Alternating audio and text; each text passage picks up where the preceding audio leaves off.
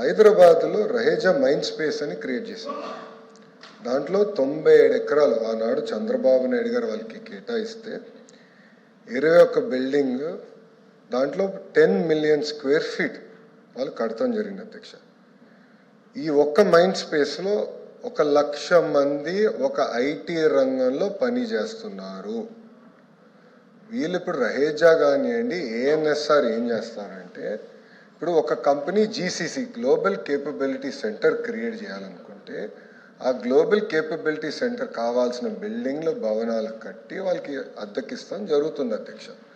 ఇక్కడ ఈ 99 పైసలకి గతంలో కూడా నేను ఛాలెంజ్ చేశాను అధ్యక్ష. ఇదే హౌస్లో వేరే కంపెనీల పేర్లు తీసుకొచ్చారు. ఆ రోజు ఛాలెంజ్ చేసి ఆ కంపెనీకి ఇచ్చానని మీరు నిరూపిస్తే I'm ready to resign on this floor of this house అని ఆనాడు నేను చెప్పాను అధ్యక్ష.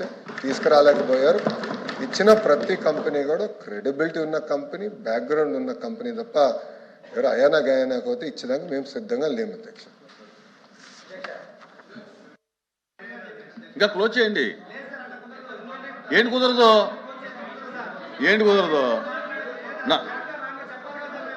మీకు ఏదైనా మీకు ఏదైనా క్లారిఫికేషన్ ఉంటే అడగండి. మంత్రి గారు చెప్పిందా? No discussion.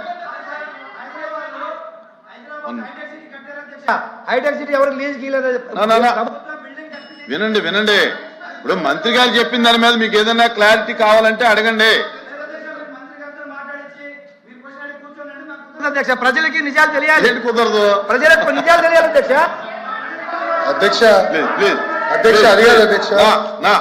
టీసీఎస్ కి భూమి ఇవ్వకూడదా? కాగ్నిసెంట్ కి భూమి ఇవ్వకూడదా? మదర్సన్ కి భూమి ఇవ్వకూడదా? రహేజాకి భూమి ఇవ్వకూడదా?